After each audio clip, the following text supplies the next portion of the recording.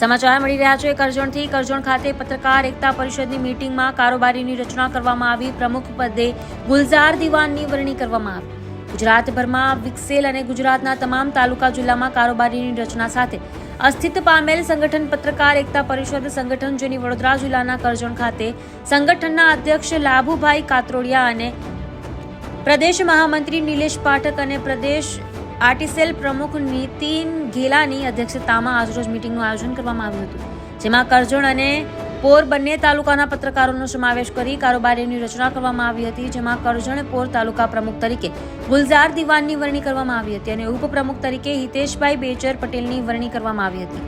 બીજા ઉપપ્રમુખ તરીકે વિજય પાટણવાડિયાની વરણી કરવામાં આવી હતી અને મહામંત્રી તરીકે ચૌહાણ નિમેશભાઈ કાલિદાસની વરણી કરવામાં આવી, તો મંત્રી તરીકે અફાક અગાડીની વરણી કરવામાં આવી। બીજા નંબરના મંત્રી તરીકે દાઉદ દિવાનની વરણી કરવામાં આવી, ત્યારે સહમંત્રી તરીકે તસ્લીમ પીરાવાલા, અનસ પતાલા, પિન્ટુભાઈ વસાવા તેઓની વરણી કરવામાં આવી હતી।